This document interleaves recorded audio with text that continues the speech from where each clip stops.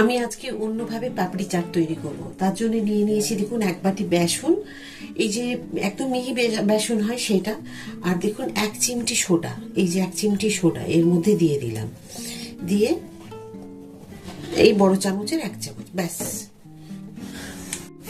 একটুখানি নুন, আর এই যে আমি ঝুড়ি ভাজাটা বা সেও যে তৈরি করছি, এটা হচ্ছে আমি আর অন্য ধরনের একরকম আবার পাপড়ি চাট তৈরি করব। তো সেই জন্য বাড়িতেই আমি এই ঝুড়ি ভাজাগুলো তৈরি করে নিচ্ছি, বা সেও বলতে পারেন। একটু একটু জল দিয়ে আমি এটা মেখে নেব। নমস্কার, পুতুলের হোম কিচেনে আপনাদের সকলকে জানাই স্বাগত। আশা করি আপনারা সকলেই খুব ভালো আছেন, আমিও খুব ভালো আছি।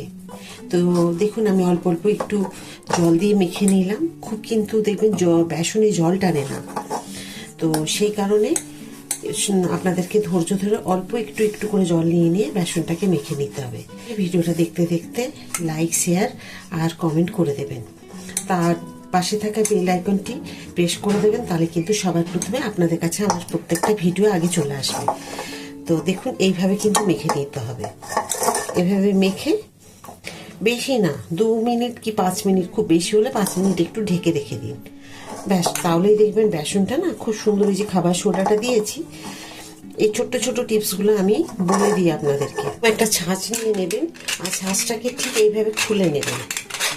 এর থেকে দেখুন 6টা প্লেট বেরোবে। আমি করব এই ছোট্টটা দিয়ে সেও ভাজা, আর বাকিগুলো অন্যান্য ডিজাইন হবে। আপনি বড় সেও ভাজা চাইলে এটা দিয়ে করতে পারেন। তো আমি এগুলো দেখবেন বাজারে, অনলাইনে সবসময় আপনারা অ্যাভেলেবেল পাবেন। তো আমি দেখুন এখানে একটু তেল ব্রাশ করে দিচ্ছি,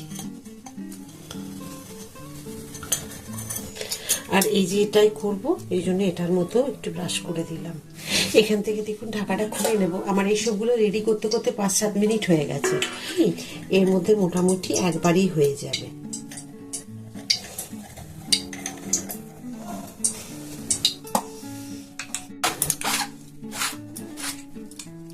বাইরে যদি তেল লেগে থাকে তাহলে কিন্তু আপনাকে শুকনো কাপড় দিয়ে ভালো করে মুছে নিতে হবে। গ্যাসের ফ্লেমটাকে বাড়িয়ে তেলটা খুব ভালোভাবে গরম করে নিয়েছি। এবারে কিন্তু একদম লো ফ্লেমে দিয়ে দিয়েছি।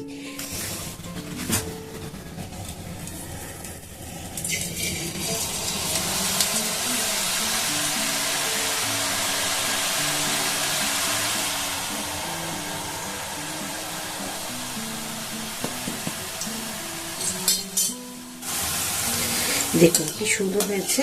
এখন একটা পাশ আমি উল্টে দিলাম।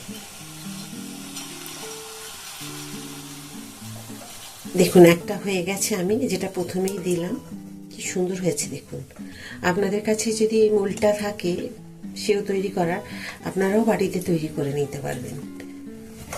তাহলে কিন্তু আর বাজারে গিয়ে নিয়ে আসতে হবে না, ইচ্ছে মতো যখন মন চাইবে আপনারা তৈরি করে খেতে পারবেন। আবার এইভাবেই আমি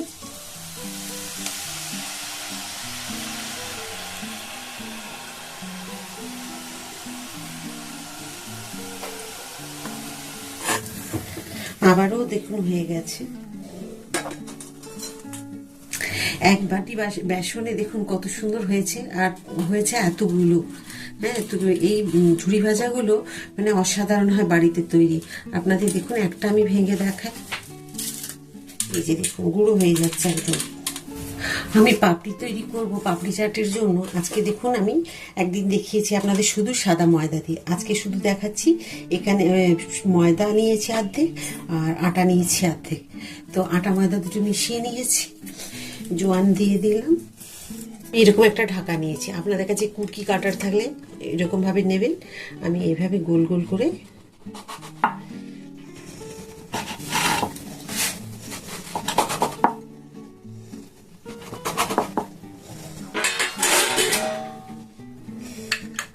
আপনাদের আরেকটা জিনিস দেখিয়ে দিই। একটা এগুলো ছোট ছোট টিপস। একটা ধরুন অনেকগুলো পাপড়ি চাট করতে হচ্ছে, 1-2 জনের জন্য কিন্তু করতে দেখবেন বেশি সময় লাগে না, অল্প একটু মাখলে হয়ে যায়। বাড়িতে যদি পরিবারের মানুষজন কম থাকে, কিন্তু আপনারা অনেক বন্ধু বান্ধবকে ডেকেছেন হয়তো বাড়িতে পাপড়ি চাট খাওয়াবেন বলে। তো এইভাবে তৈরি করলে তো কেউ এই জিনিস ছাড়তে পারবে না, সবাই খুব ভালোবাসে। তো তখন কি করবেন, দুটো লেচিকে নেবেন। আপনাদের প্রথমেই আমি দেখানো উচিত ছিল। তারপরে লেচির মধ্যে করে বেশি করে একটু ময়দা নিয়ে নেবেন, তারপরে এটা দেবেন, এটা দেওয়ার পরে এটাও ওপর থেকে দিয়ে দেবেন, দুটো লেচিকে একসাথে। তারপর এভাবে দেখুন খুব তাড়াতাড়ি হয়ে যাচ্ছে, আর দুটো লেচি কিন্তু বেলা হয়ে যাচ্ছে। আবার একটু ময়দা দিয়ে দেবেন,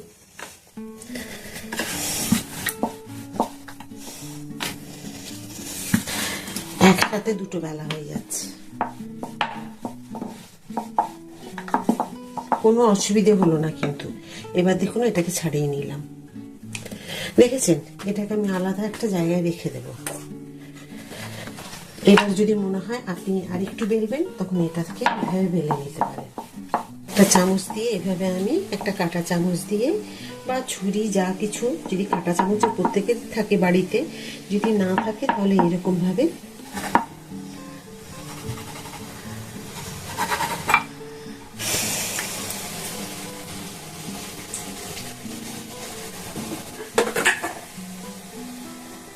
করে আমি দিয়ে দেবো সব।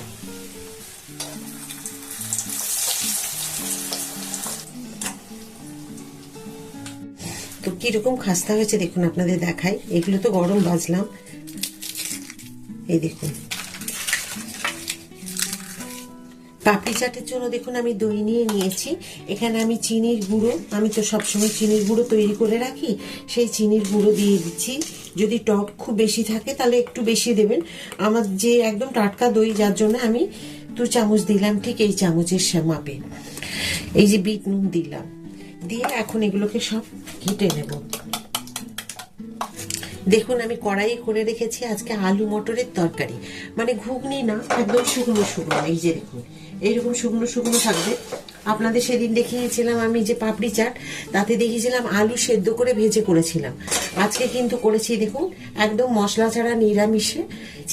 সেই দিনের মতোই আজকেও সাজিয়েছি দুটো থালাতে, একটা ছোট একটা বড়।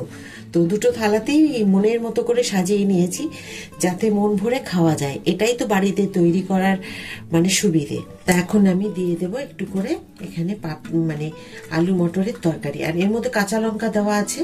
আপনারা যদি আরো ঝাল খেতে চান তো দিতে পারেন। এতেও দিয়ে দেবো দেখুন।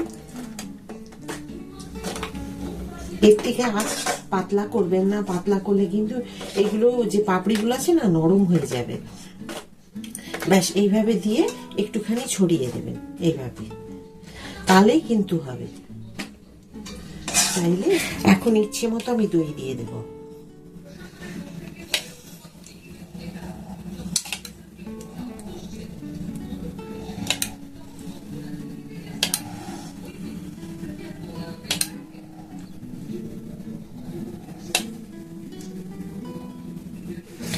এরপরে দেবো ধনে পাতার চাটনি। তবে ধনে পাতার চাটনির ভিডিওটা আপনাদেরকে দিইনি, কারণ একদিন করব, সেটা আমি দিয়ে দেবো আপনাদেরকে। ধনে পাতা, আপনার কাঁচা লঙ্কা, একটু আদা, কালো জিরে দিয়ে আপনারা করবেন। যদি রসুন খেতে চান তাহলে রসুন দিতে পারেন, আমি যেমন রসুন দিইনি। তো সম্পূর্ণ নিরামিষ করেছি, আপনারা চাইলে দিতে পারেন। এবার তেঁতুলের চাটনিটাকে দেখুন কি সুন্দর হয়েছে, এটাকে উপরে দিয়ে দেব। অসাধারণ হবে এটা।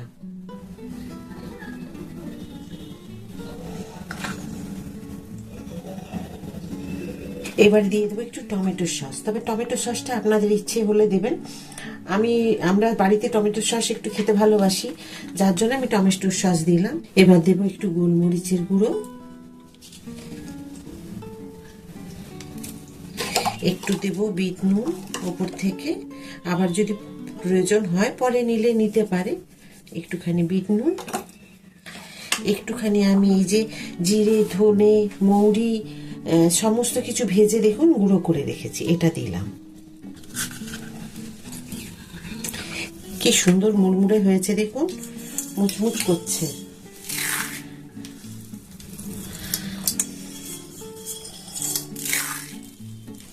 কেমন হয়েছে বলুন আজকে আমার পাপড়ি চাট। আজকের পাপড়ি চাটটা সম্পূর্ণ আলাদা দেখিয়েছি, আপনারা দেখেছেন। আমার বাড়ির তৈরি হচ্ছে সেও ভাজা, আর হচ্ছে আমি আলু মটর দিয়ে আমি ওপরে যে আলু সেদ্ধটা সেই দিন করে দিয়েছিলাম সেটা দিয়ে নিই। তা আজকের পাপড়ি চাটটাও কিন্তু একটু আলাদা, আর খেতে মানে একই হবে, একটুখানি হয়তো আলাদা হবে, কেননা এই আলু মটরের তরকারির স্বাদটা কিন্তু একটু আলাদা হবে। তো কেমন লাগলো আপনাদের আজকে এই ভিডিওটা? আশা করি আপনাদের সকলেরই ভালো লেগেছে। যদি ভালো লেগে থাকে মনে করে লাইক, সাবস্ক্রাইব আর শেয়ার করে দেবেন। আমার রেডি হয়ে গেছে পাপড়ি চাট। কেমন হয়েছে বলুন? দেখে খুব সুন্দর লাগছে, খেতেও হবে খুব এর থেকেও বেশি সুন্দর। তো এইভাবে কিন্তু আপনারা তৈরি করে একবার বাড়িতে খান। আর আপনারা কমেন্ট করছেন না, আমাকে কমেন্ট করে জানান কোন রান্নাটা আপনাদের মানে ভালো লেগেছে। কথা বলতে এত অল্প সময়ের মধ্যে আপনাদের কাছে প্রচুর ভালোবাসা পেয়েছি। আমি আমার এগিয়ে যাওয়ার বা এই রান্নার উৎসাহ আমার আরো বেড়ে গেছে। তো যাই হোক, আপনারা সাথে থাকবেন এইভাবেই। আর প্লিজ যদি ভিডিওটা ভালো লাগে লাইক, সাবস্ক্রাইব আর শেয়ার করে দেবেন। আবার একটা নতুন ভিডিওতে আপনাদের সাথে আমার দেখা হবে। সবাই খুব ভালো থাকুন এই বলে আজকের ভিডিওটা এখানে আমি শেষ করছি। নমস্কার।